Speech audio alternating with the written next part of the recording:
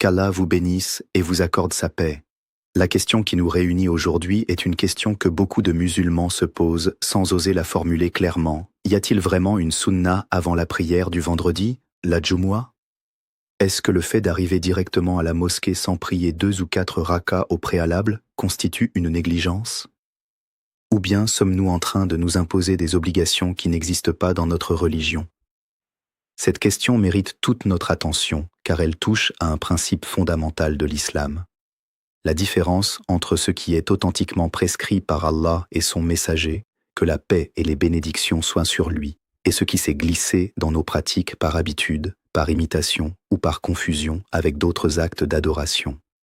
Beaucoup de musulmans aujourd'hui pratiquent des actes qu'ils croient être des sunnas authentiques, alors qu'en réalité, ces pratiques n'ont aucun fondement solide dans les textes. Et inversement, certains négligent des actes qui sont pourtant clairement établis. Notre objectif aujourd'hui est de clarifier cette question à la lumière du Coran, de la sunna authentique et des explications des grands savants de l'islam, afin que chacun d'entre vous puisse adorer Allah avec certitude et non avec le doute. Avant de commencer, laissez-moi vous rappeler l'importance de vous abonner à cette chaîne si ce n'est pas déjà fait. Activez la cloche de notification pour ne manquer aucune de nos vidéos futures, car nous continuerons, si Allah le veut, à répondre à vos questions sur la religion avec des preuves solides et des explications claires. Aimez cette vidéo si elle vous apporte du bénéfice. Et surtout, partagez-la avec vos proches, vos amis, votre famille. Car transmettre la connaissance authentique est une aumône continue qui vous suivra même après votre mort. Le prophète, que la paix et les bénédictions soient sur lui, a dit « Celui qui guide vers un bien aura une récompense similaire à celui qui l'accomplit. » Alors ne sous-estimez jamais l'impact d'un simple partage. Entrons maintenant dans le cœur du sujet. Pour répondre correctement à cette question, il faut d'abord comprendre que la prière du vendredi, la Jumu'ah, n'est pas une prière ordinaire parmi les 5 prières quotidiennes. Elle a un statut particulier, une structure particulière et des règles qui lui sont propres. Allah dit dans le Coran, dans la sourate Al-Jumu'ah, « Ô vous qui avez cru ». Quand on appelle à la prière du vendredi, accourez à l'invocation d'Allah et laissez le négoce. Cela est meilleur pour vous, si vous saviez. Ce verset nous montre déjà l'importance accordée à cette prière, au point qu'Allah ordonne aux croyants d'abandonner leurs affaires commerciales pour y répondre. Maintenant, la question spécifique qui se pose est celle-ci. Existe-t-il une prière surérogatoire, une sunna, à accomplir spécifiquement avant la Jumu'ah, de la même manière qu'il existe une sunna avant la prière du Dhuhr? La réponse, basée sur l'examen rigoureux des textes authentiques, est qu'il n'existe pas de sunna rawatib fixe et déterminé avant la prière du vendredi, contrairement à ce que beaucoup de gens croient. Il n'y a aucun hadith authentique du prophète, que la paix soit sur lui, qui établit un nombre précis de rak'ah à accomplir obligatoirement avant le Jumu'ah, de la même façon que les 2 rak'ah avant Fajr ou les 4 rak'ah avant Dhuhr sont établis. Cela peut surprendre certains d'entre vous, car dans beaucoup de mosquées à travers le monde, vous voyez les gens prier 2 rak'ah, 4 rak'ah, parfois même plus, en pensant accomplir une sunna spécifique et fixe avant le Jumu'ah. Mais en réalité, ce qui est authentiquement établi, c'est autre chose, et c'est ce que nous allons détailler maintenant avec les preuves. Le prophète, que la paix soit sur lui, a établi un principe général concernant l'arrivée à la mosquée un jour de vendredi. Il n'a pas fixé un nombre précis de rak'ah avant le début du sermon, le khutbah. Mais il a plutôt encouragé les croyants à prier autant qu'ils le souhaitent, selon ce qui leur est facilité, en attendant le début du sermon. C'est une différence fondamentale à comprendre. Ce n'est pas une sunna rawatib fixe avec un nombre déterminé, mais plutôt une prière surérogatoire libre, appelée nafl mutlaq, que le musulman accomplit selon sa capacité et son temps disponible avant l'arrivée de l'imam. Ceci est confirmé par plusieurs hadiths authentiques. Parmi eux, on trouve la parole du prophète, que la paix soit sur lui, rapportée par l'imam Muslim, où il dit « Quiconque se lave le jour du vendredi comme on se lave de l'impureté majeure, puis se rend à la mosquée dans les premiers instants, c'est comme s'il avait sacrifié un chameau. » Et le hadith continue en évoquant les différentes heures d'arrivée et les récompenses associées, en insistant sur l'importance d'arriver tôt. Ce hadith nous montre que l'accent est mis sur l'arrivée précoce à la mosquée, et non sur un nombre précis de rak'ah à accomplir.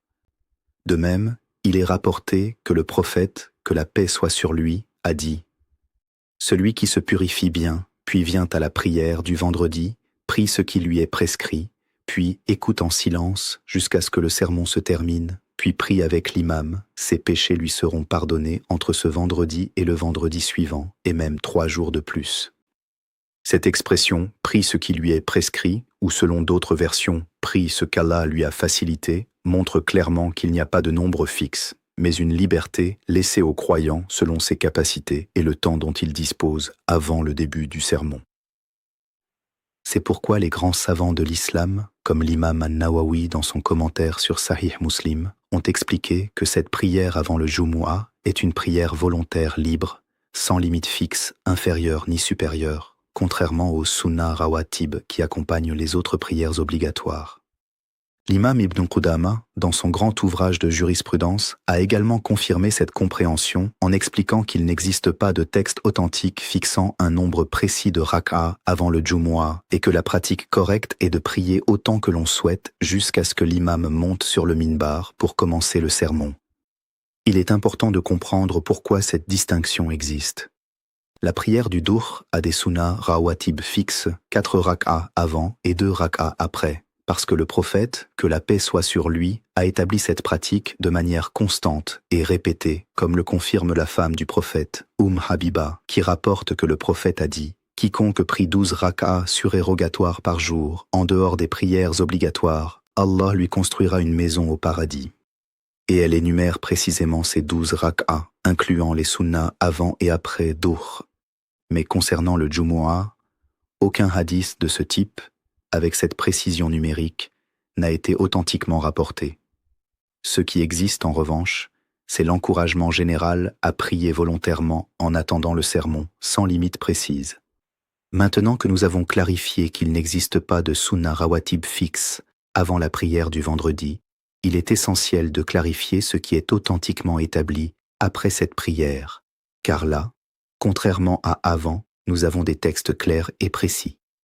Il est rapporté dans Sahih Muslim que le prophète, que la paix soit sur lui, a dit « Quand l'un d'entre vous a prié le vendredi, qu'il prie après elle 4 rak'a ». Ce hadith est explicite et ne laisse aucune ambiguïté. Après la prière du Jumu'ah, il est recommandé de prier 4 rak'a. C'est ce qu'on appelle la sunnah ba'diyya du Jumu'ah, la sunnah qui vient après. Cependant, il existe également un autre hadith authentique rapporté par l'imam al-Bukhari et Muslim, où Ibn Omar, qu'Allah soit satisfait de lui et de son père, rapporte que le prophète, que la paix soit sur lui, priait 2 rak'a après le Jumu'ah lorsqu'il rentrait chez lui. Ces 2 hadiths, en apparence différents, 2 rak'a dans un cas et 4 dans l'autre, ont été expliqués par les savants de la manière suivante. Si le musulman prie ses rak'a surérogatoires à la mosquée, il prie 4 rak'a, conformément au premier hadith. Mais s'il rentre chez lui et les prie à la maison, il peut se contenter de 2 rak'a en suivant l'exemple du prophète tel que rapporté par Ibn Omar. Certains savants ont également expliqué qu'il est possible de combiner les deux, en priant 2 rak'a à la mosquée, puis 2 autres à la maison, ou en priant 4 rak'a dans l'un ou l'autre lieu, les 2 pratiques étant authentiquement établies et donc valides. L'imam Ibn al-Qayyim, dans son ouvrage sur la biographie prophétique et les pratiques du prophète, a détaillé cette question en expliquant que la sagesse derrière cette différence pourrait être liée au lieu de la prière. À la mosquée, où l'espace est plus grand et où le musulman peut prendre plus de temps, 4 rak'a sont recommandés. À la maison, où le temps est parfois plus limité, 2 rak'a suffisent. Mais dans tous les cas, les 2 pratiques sont authentiques et le musulman a le choix. Maintenant, revenons à la question de ce qui précède la Jumu'ah, car c'est là le cœur de notre sujet, et voyons comment cela s'applique concrètement dans la vie quotidienne du musulman. Le principe pratique est le suivant. Le musulman est encouragé à se rendre tôt à la mosquée le vendredi, dès que possible après le lever du soleil, comme le montre le hadith mentionné précédemment sur les différentes heures d'arrivée et leurs récompenses respectives, comparées au sacrifice d'un chameau, puis d'une vache, puis d'un bélier, puis d'une poule, puis d'un œuf, selon l'heure d'arrivée. Une fois arrivé à la mosquée, le musulman prie ce qu'il souhaite, sans limite fixe, que ce soit 2 rak'a, 4 rak'a ou davantage, en attendant que l'imam monte sur le minbar pour commencer le sermon.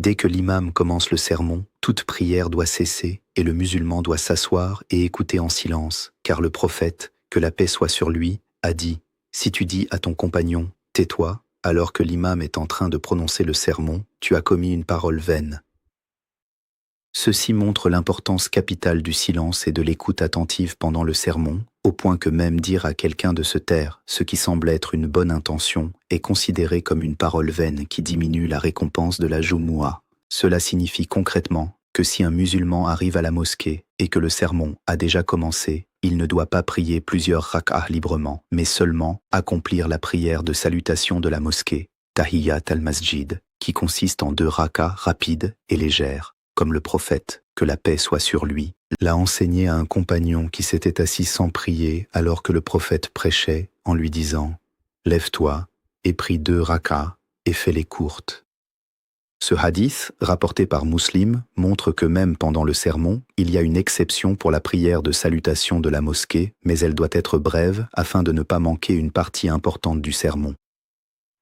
Il est également important de clarifier une confusion fréquente chez certains musulmans. Certains pensent que prier 4 rak'ahs précises avant le Jumu'ah est obligatoire ou fortement recommandé de manière fixe en analogie avec les 4 rak'ahs avant Dhuhr, puisque le Jumu'ah remplace le Dhuhr le vendredi. Mais cette analogie n'est pas correcte selon l'avis le plus fort et le plus documenté, car le Jumu'ah, bien qu'il remplace le Dhuhr en termes d'obligation, a ses propres règles spécifiques concernant les prières surérogatoires qui l'entourent, comme nous l'avons vu à travers les textes authentiques. Certains savants parmi les Hanafites ont effectivement recommandé 4 rak'ahs avant le Jumu'ah par analogie avec le Dhuhr. Mais cette position, bien que respectable et suivie par une partie des musulmans, n'a pas de preuve textuelle directe et authentique aussi solide que celle concernant l'absence de limite fixe. L'essentiel à retenir est qu'il n'y a pas de péché à prier 4 rak'ahs avant le Jumu'ah en pensant bien faire, mais il ne faut pas croire que c'est une obligation religieuse stricte avec preuve authentique directe, car la liberté est le principe établi par les textes les plus forts sur cette question. Ce qui est essentiel, et c'est le message que je veux que chacun d'entre vous retienne, c'est que l'islam est une religion de preuve et de clarté, et non de suppositions ou d'habitudes non fondées. Quand nous adorons Allah, nous devons le faire avec certitude, en sachant ce qui est authentiquement établi et ce qui relève de la liberté et de la facilité. Allah dit dans le Coran, dit « Apportez votre preuve si vous êtes véridique ». Ce principe s'applique à toute affirmation religieuse, y compris celle concernant les actes d'adoration. Nous ne devons jamais imposer aux gens des obligations qu'Allah n'a pas imposées, ni négliger ce qu'Allah et son messager ont clairement établi. Un autre point pratique important concerne les musulmans qui, pour des raisons professionnelles ou personnelles, arrivent tard à la mosquée le vendredi, parfois juste avant ou pendant le sermon. Ces personnes ne doivent pas se sentir en faute de ne pas avoir prié plusieurs rak'ahs avant, car comme nous l'avons établi, il n'y a pas d'obligation fixe à ce sujet. Elles doivent simplement prier la salutation de la mosquée rapidement en entrant, puis s'asseoir et écouter attentivement le sermon, ce qui est l'élément véritablement essentiel de la préparation à la prière du Jumu'ah. Il est également recommandé, et cela est établi par de nombreux hadiths authentiques, de multiplier les invocations sur le prophète, que la paix soit sur lui, le jour du vendredi, car il a dit « Le meilleur de vos jours est le vendredi ». Multipliez donc vos invocations sur moi en ce jour, car vos invocations me sont présentées. Ceci est une pratique fortement recommandée qui accompagne l'attente avant le sermon, en complément des prières surérogatoires libres. De plus, il est établi qu'il y a, dans la journée du vendredi, un moment où toute invocation formulée par un musulman en état de prière est exaucée par Allah. Le prophète, que la paix soit sur lui, a dit « Il y a, le jour du vendredi, un moment où si un musulman, se tenant debout en prière, demande quelque chose à Allah, il le lui accorde, et il a fait un signe de la main, indiquant que ce moment est court. Les savants ont divergé sur l'identification précise de ce moment, mais la position la plus forte, soutenue par de nombreux hadiths authentiques, est qu'il se situe soit à partir du moment où l'imam s'assoit sur le minbar jusqu'à la fin de la prière, soit dans les derniers instants après la sœur jusqu'au coucher du soleil. Cela signifie que le temps que le musulman passe à attendre le début du sermon, en priant volontairement et en faisant des invocations, est un temps béni et propice à l'exaucement des prières. Pour résumer ce que nous avons appris aujourd'hui, Il n'existe pas de sunna rawatib fixe et déterminé avant la prière du vendredi, contrairement à une croyance répandue chez de nombreux musulmans. Ce qui est authentiquement établi, c'est la recommandation de se rendre tôt à la mosquée et de prier librement, selon ce qui est facilité pour chacun en attendant le début du sermon, sans nombre précis imposé. En revanche, après la prière du Jumu'ah, il est authentiquement établi de prier soit 4 rak'ahs si l'on reste à la mosquée, soit 2 rak'ahs si l'on rentre chez soi, ces deux pratiques étant confirmées par des hadiths authentiques du prophète. Que la paix soit sur lui. Ce sujet nous enseigne une leçon plus large et fondamentale. Notre religion doit être pratiquée avec connaissance et non avec habitude aveugle. Nous devons chercher à comprendre les preuves derrière chaque acte d'adoration, non pas par esprit de contestation, mais par amour sincère de suivre exactement ce qu'Allah et son messager ont enseigné, sans ajout ni diminution. C'est cela, la véritable essence du tawhid dans l'adoration, ce qu'on appelle tawhid al-ittiba, l'unicité dans le suivi fidèle et exact de la sunna authentique. Je vous encourage donc, chers frères et sœurs, à toujours chercher la connaissance auprès de sources fiables, à poser des questions lorsque vous avez des doutes et à ne jamais avoir honte de dire « je ne sais pas » avant de vérifier. C'est ainsi que notre communauté grandira dans la science authentique et s'éloignera des innovations et des pratiques non fondées. Que cette explication vous soit bénéfique, qu'elle clarifie vos doutes et qu'elle vous rapproche davantage d'Allah dans votre pratique quotidienne de la prière du vendredi. N'oubliez pas de mettre en pratique ce que vous avez appris aujourd'hui. Arrivez tôt à la mosquée, priez librement en attendant le sermon, écoutez attentivement la khutba et n'oubliez pas les rak'ahs recommandés après la prière. Avant de nous quitter, je vous rappelle une dernière fois, abonnez-vous à cette chaîne pour continuer à recevoir des explications claires et authentiques sur votre religion. Aimez cette vidéo si elle vous a été bénéfique. Partagez-la avec ceux qui en ont besoin, car chaque partage est une occasion de répandre le bien. Et si cette explication a touché votre cœur, écrivez Allah Akbar dans les commentaires en signe de reconnaissance envers Allah pour la clarté qu'il nous accorde à travers sa religion. Qu'Allah nous guide tous vers la compréhension correcte de notre religion, qu'il accepte nos prières et nos efforts, et qu'il fasse de nous des serviteurs qui suivent la vérité avec certitude et sérénité. Qu'Allah vous bénisse et à très bientôt pour une nouvelle explication, si Allah le veut.